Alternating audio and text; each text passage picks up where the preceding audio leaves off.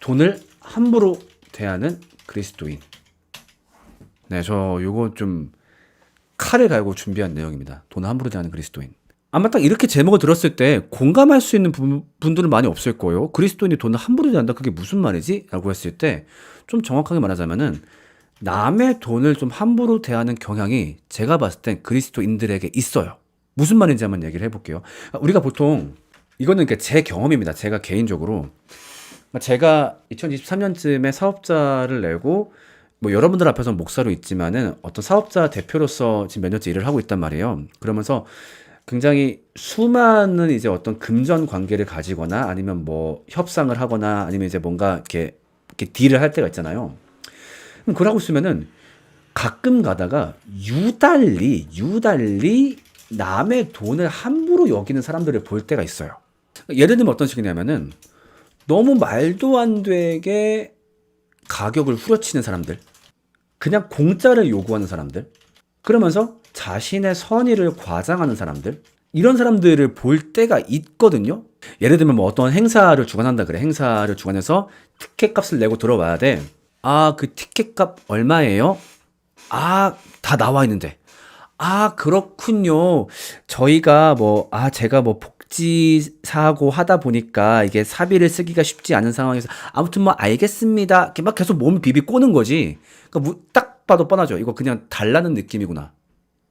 이런 식으로 한다든가 아니면은 이번 저희가 좀 광고를 좀 할 수 있을까요? 저희가 그래서 막 되게 그 어떤 되게 선한 단체라고 얘기를 해요. 뭐 우리가 사실 뭐 주변에 어떤 선한 영향력도 하고 있고 뭐도 하고 있고 한데 그렇군요. 그럼 광고비는 얼마입니다.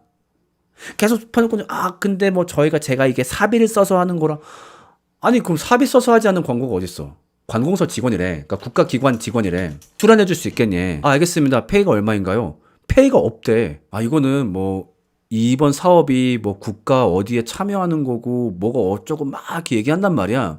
근데 좀 웃기는 거죠. 왜냐면은 자기도 거기서 일하는 직원이잖아. 그러면 그 직원이 이 일을 잘 해냈을 때 분명히 자기가 어떤 성과를 거둘 거냐. 결국 사익을 위한 건데 이런 식으로 남의 돈을 너무 함부로 여기는 사람들이 있어요. 그러면은 나는 그 다음에 뭔 불안감이 드냐면은 설마 기독교인인가? 이러한 불안감이 들어. 센터 까보면은 제가 여태까지는 100% 기독교인. 뭐 인스타 들어가 보면은 카톡 들어가 보면은 바로 상태 메시지에 바로 뭐 무슨 뭐 성경 뭐 에베소서 몇 장 몇 절 100% 기독교인이었어요. 이게 너무 화가 나는 거야. 설마 아니겠지 100% 이게 지금 저한테 그 이 데이터가 있는 사람이 한 20명 되는데 그 20명이 다 100% 기독교인 아니면은 예를 들면 남의 돈 받고 어떻게 이런 식으로 성의 없이 일을 하지? 이게 못할 수 있지. 만약에 능력이 안 돼서 못할 수도 있는데 어쩜 이렇게 함부로 이걸 대하지? 100% 기독교인. 사실 저도 제가 옛날에 영상들 통해서 어떤 기독교인들의 돈에 대한 안일한 문제를 얘기하면서 여러분 사회에서 정말 그런 모습 보이면 안 되지 않습니까? 라고 저도 이야기하지만 설마 사회에서 그러진 않겠지 생각했었거든요. 근데 일단 제가 몇 년간 사례를 보아하니까 저런 케이스는 100% 기독교인이었어요. 그러니까 진짜였구나. 와. 정말 그 일반 사회인들이 기독교인들을 어떻게 바라볼까? 라고 했을 때 소름이 확 돋는 거예요. 기독교인들 이런 이미지였구나. 자, 그러면은 기독교인들이 도대체 왜 이렇게 행동할까라고 했을 때 제가 보더라도 아마 많은 분들이 좀 이해를 하실 것 같아요. 뭐냐면은 일단 교회에서 열정페이로 뜯겨받다 보니까 그렇게 해도 되는 줄 아는 거죠. 그 다음 두 번째 뭐였냐면은 보통 이제 어떤 이렇게 피해자 입장만 많이 얘기를 해요. 그러니까 교회 다니는 성도분들이 교회에서 많이 헌신도 요구받고 하다 보니까 어찌 보면 자기 노동력이나 아니면 자기 것에 대해서 제대로 값을 받지 못한 경험이 많았다 보니까 그런 경험이 그런 아무래도 성향이 있는 것 같다. 근데 동시에 사실 교회에서 목사님들뿐만 아니라 일반인들도 그런 일에 가해자가 될 때가 참 많습니다. 그래서 이런 문화도 되게 좀 저는 없어야 된다고 생각을 해요. 그러니까 교회에서 일반인들이 남의 돈을 함부로 여기는 상황. 자, 그러면은 도대체 교회에서 일반인들이 남의 돈을 함부로 여기는 게 뭐가 있습니까? 라고 했을 때 저는 오늘 하나만 콕 집으려고 그래요. 이거 옛날에 저 얘기했었는데 한 3년 됐으니까 한 번 더 얘기할게요. 제발. 기도 편지. 이거 좀 안 하면 좋겠어요. 기도 편지. 정확하게는 단기 선교 간다고 하면서 교회에 돌리는 기도 편지. 이 문화는 제발 뜯어 고쳐져야 된다고 생각해요. 전 이건 정말 안 좋다고 생각을 해요. 아니, 뭐 기도 편지로 좋은 일도 많이 벌어지고 있지 않냐? 자, 이게 왜 잘못된 건지 설명해 볼게요. 일단 기도 편지가 무엇이냐면은 보통 교회에서 그 해외 단기 선교, 아니 뭐 비전 캠프 같은 걸 계획할 때가 있어요. 보통 그 대상 여기 이걸 출발하는 대상들이 학생이나 청년들이란 말이죠. 근데 이 사람들한테 돈이 부족하잖아. 그럼 이 사람들이 어떻게 돈을 모금할까라고 했을 때 주변 사람들한테 돈을 후원을 받으려고 해요. 그럼 후원 받을 때 어떻게 하냐? 후원을 목적으로 기도 편지를 돌려요. 그럼 기도 편지에 뭐라 써 있냐? 기도 제목들 써 있죠. 뭐 이번에 예를 들면 뭐 캄보디아에서 안전할 수 있게, 그리고 뭐 캄보디아에서 하나님의 뭐 어떤 인도하심이 있을 수 있게, 이렇게 기도 제목 적은 다음에 맨 밑에 제일 중요한 후원 계좌를 넣죠. 뭐 이런 식으로. 자, 그러면은 이게 왜 잘못되었냐라고 했을 때 상대방의 돈을 요구하는 상식적인 행동이 결여되었다는 것이 기도 편지의 가장 큰 문제예요. 돈을 요구한다 라는 행위는 굉장히 너무나 무거운 행동이에요. 왜냐면은 그러니까 상대방이 자기 삶을 영위할 수 있고 자기 가정도 돌볼 수 있는 상대방의 어떤 삶의 근원의 일부를 요구하는 거거든요. 굉장히 무겁고 중한 일이기 때문에 그 중하고 무거운 일에 맞게 행동을 해줘야 돼요. 그래서 일반 사회에서도 남에게 돈을 요구할 때, 그게 어떤 기부가 되었든 투자가 되었든 뭐가 되었든 남에게 돈을 요구할 때 엄청나게 많은 절차나 아니면 예의를 갖추어서 이야기를 합니다. 자, 그러면 기도 편지는 왜 돈을 요구한 예의에 어긋난 걸까요? 자, 일단은 기도 편지라는 이름 자체에 제일 큰 문제가 발생한다고 생각을 해요. 자, 과연 그 편지를 왜 후원 요청 편지라고 하지 않고 기도 편지라고 할까요? 후원 요청이라고 하게 됐을 때 자신이 받게 되는 부담감을 회피하고 싶은 거죠. 후원을 요청합니다. 너 지금 돈 요구하는 거야? 그게 아니라요. 그것이 부담되니까 어찌 보면 살짝 이제 뭐랄까 애두르는 말을 하는 거죠. 저 돈 요구하는 게 아니라 기도해 달라고요. 기도해 주세요. 근데 그 밑에 계좌번호가 적혀 있죠. 세상에 누구도 이렇게 돈을 요청하지 않아요. 내가 누군가의 돈을 요구하려면은 그 부담감을 지는 것이 경우에 맞는 것이죠. 죄송합니다. 정말 당신의 어떤 후원이 필요합니다. 후원을 요구합니다. 내가 되게 잘못하고 있는 것 같죠. 뭔가 남의 돈을 요구하니까. 그렇다 보니까 더 조심할 수밖에 없고 더 예를 가질 수밖에 없어요. 근데 어때? 기도 편지, 나 돈 요청 안 했어. 나 그냥 기도 편지, 기도해달라는 건데, 기도가 무슨 부담이야. 그러니까 어떻게? 계좌번호가 찍혀 있는 그 엄청난 부담을 지닐 수 있는 그 종이를 막 뿌려대죠. 기도 편지예요. 그걸 받은 사람들은 심각할 수밖에 없어요. 왜? 나한테 어쨌든 계좌번호가 왔고 여기에 대해서 내가 돈으로 응답하지 않았을 때 내가 비난받을까 봐 염려가 되기도 하고, 특히 교회 중직자분들은 정말 부담돼요. 왜냐면 내가 교회에서 장로야? 아니면 권사야? 또 아니면 지금 나한테 기도 편지는 제 부모님하고 나랑 좀 이렇게 친한 사이야. 그럼 계좌번호까지 찍혀 있는데 그냥 주기가 뭐해요. 여러분들, 그동안 여러분들의 기도 편지에 돈 주셨던 장로님, 권사님들, 여러분들이 예뻐서 여러분들을 후원하는 마음으로만 돈을 주셨을까요? 아니요, 어쩌면 이분들 중에 굉장히 어렵고 정말 위급한 상황에 있는데도 혹시라도 이것이 비난으로 돌아올까봐, 관계가 깨질까봐 어쩔 수 없이 돈을 준 경우도 분명히 있어요. 그럼 그렇게 남한테 부담감을 주려면은 최소한도 후원 요청 편지라고 정확하게 해야죠. 아니면은 기도 편지라고 이야기한 다음에 사실 이러이러한 이유로 선교비 후원이 필요한 상황입니다. 선교비 후원으로 도와주실 수 있는 분들은 여기로 연락 주시면 계좌번호 보내드리겠습니다. 이렇게 하는 게 정상이죠. 그러니까 나 돈 요구하는 거 민망해. 그러니까 기도 편지랍시고 계좌번호 돌리는 거죠. 이거 정말 하면 안 되는 겁니다. 사회에서 누구도 그렇게 하지 않아요. 자, 그 다음에 내가 돈을 요구합니까? 그러면 최소한 두 가지 해야 돼요. 첫 번째, 무슨 목적으로 얼마만큼의 돈이 필요한지 정확하게 얘기해야죠. 그러니까 예를 들면은 지금 저희가 비행기 값을 마련해야 되고 그 비행기 값이 얼마인데 지금 그 금액 중에 이만큼이 모자란 상황입니다. 도와주세요. 그럼 만약에 얘네가 남는 돈이 발생했을 때 그걸 어떻게 할 거지? 거기에 대한 플랜도 있어야죠. 만약에 돈이 남을 경우 그것은 현지 선교사님들께 뭐 드리고 옵니다.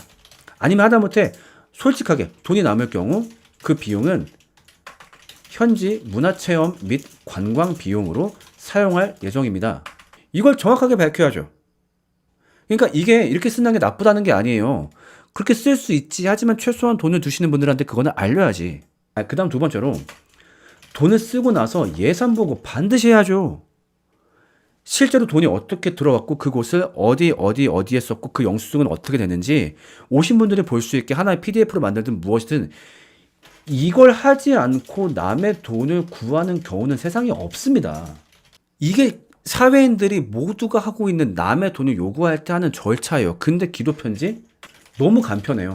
돈을 요구하는 부담조차 지지 않고 거의 익명의 사람들에게 무작위로 계좌번호 뿌린 다음에 굉장히 손쉽게 남의 돈을 받아요. 그리고 그 돈에 대한 책임도 지지 않아요. 솔직히 이게 지금 현재 기도편지 문화 아닙니까? 이번 여름에 저한테 기도편지 보낸 인간들 진짜 많이 있어요. 저한테 혹은 심지어 노을이 계정에 보내가지고 자기 기도편지를 노을이 계정 피드에 올려줄 수 있네. 아마 걔는 어린 학생이니까 그렇게 얘기했을 거야. 내가 진짜 이거 교회에다 전화해가지고 이러는 거 알고 있냐라고 물어볼까 별 생각을 다 했어요. 이거는요, 돈에 대해서 정말 최악의 태도를 기르는 습관입니다. 어떤 분들 그런 말을 해요. 그러니까 기도편지, 그럼 뭐라 그러냐. 사람들이 애들 좋은 경험하라고 그냥 돈 후원해서 보내는 건데 그게 뭔 문제냐. 여러분, 저는요, 이거 절대 좋은 경험 아닌 것 같아요. 기도편지 말고도 해외 선교에 자금을 모으는데 좋은 경험은 충분히 많다고 생각 들어요. 예를 들면은 내가 단기 선교 해외 선교 가고 싶어. 근데 예를 들면은 뭐 왕복 비행기값 포함해가지고 이것저것 돈이 한 250만 원 정도 들어. 이거 주말 알바 다 같이 돌리면 1년 정도 작정하면 250만 원 모을 수 있지 않나요? 가능하지 않나요? 예를 들면 토요일마다 교회에서 다 같이 모여가지고 그 핸드폰 케이스 부업 같은 거 하는 거지. 250만 원 마련하기 위해서 1년 동안 토요일마다 예를 들면 3-4시간씩 모여가지고 하는 거지. 이거 되게 좋은 경험 아닐까요? 이 돈을 내가 마련하기 위해서? 아니 뭐 교회에서 레모네이드를 팔어. 물론 또 이때 너무 또 폭리를 취하면 안 되겠죠. 막 한 잔에 막 10,000원 그렇게 팔아가지고 돈 쉽게 모으려고 그렇게 하면 안 되겠지만 뭐 레모네이드 판다든가 아니면은 뭐 다 같이 뭐 그 쿠팡 알바 간다든가 얼마나 좋아요. 너무너무 좋죠. 이때 자기가 노력하고 자기의 노력으로 돈을 만들어 보는 이 경험이 어린 나이에 하기 얼마나 좋은 경험입니까? 그리고 이렇게 모였을 때 얼마나 또 재밌어요. 주말마다 다 같이 와가지고 야 얼마나 좋아요. 이것도 아니면은 돈이 없어서 못 갔어.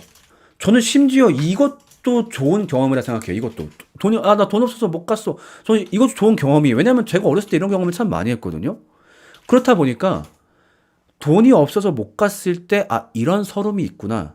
나는 비슷한 위치에 있는 사람한테 이렇게 말을 하면 안 되겠다. 이것도 저는 굉장히 좋은 경험이라고 생각을 하거든요. 나중에 비슷한 입장이 된 사람들을 위로할 수 있으니까. 이것도 좋은 경험인데 저는 최악의 경험 하나를 얘기하려면 뭘 얘기하고 싶냐? 아까 얘기했던 거. 별 다른 노력 없이 남의 돈으로 그 일을 즐기는 것. 저는 이게 그 단기 선교 자금 마련 관련해서 가장 최악의 경험이라고 생각해요. 이게 최악의 경험. 이것보다 나쁜 경험은 없어요. 내가 별다른 노력도 안 해. 남의 돈을 요구하면서 하다못해 그 앞에서 PPT를 하는 것도 아니야. 브리핑을 하는 것도 아니야. 후원 요청한다고 정직하게 얘기하는 것도 아니야. 너무 쉽게 돈 넣는 다음에 들어왔네. 와. 저는 이게 어린 나이에 돈에 대해서 최악의 경험을 제공한다라고 저는 생각이 들어요. 이러면 안 돼요. 이런 경험이 누적되니까 사회에 나가서도 남의 돈과 남의 노동을 함부로 여기는 그리스도인들이 탄생하는 거예요. 저는 아마 그런 분들이 이런 경험들 갖고 있을 거라 생각이 들어요. 그러니까 막 나한테도 와가지고 막 너무 말도 안 되는 비용을 얘기한다든가 아니면 뭐 공짜로 해달라고 얘기한다든가 그러면서 막 자기를 되게 선하고 엄청난 사람으로 막 포장을 해. 제가 뭐 예를 들면 뭐 연극 문화를 위해서 이 지역 사회에서 뭐를 하고 어쩌고. 자기 사회적으로 기여가 없는 사회인이 도대체 어딨어. 누구나 다 사회적으로 의미 있는 일을 하지. 그러니까 자기는 좀 더 특별한 어떤 대우를 받아야 되고 뭐를 해야 되고. 그러니까 이런 식으로 남의 돈을 함부로 여기는 문화 중에 교회에서 가장 선명하게 찾아볼 수 있는 문화가 바로 이 기도 편지라고 생각을 해요. 그래서 좀 이렇게 안 하시면 좋겠습니다. 기도 편지를 만드신다면 정말로 기도 제목만 적혀 있어야 되겠고, 상대방에게 부담을 줄 수 있는 계좌는 따로 요청이 있을 때 드리는 게 경우에 맞죠.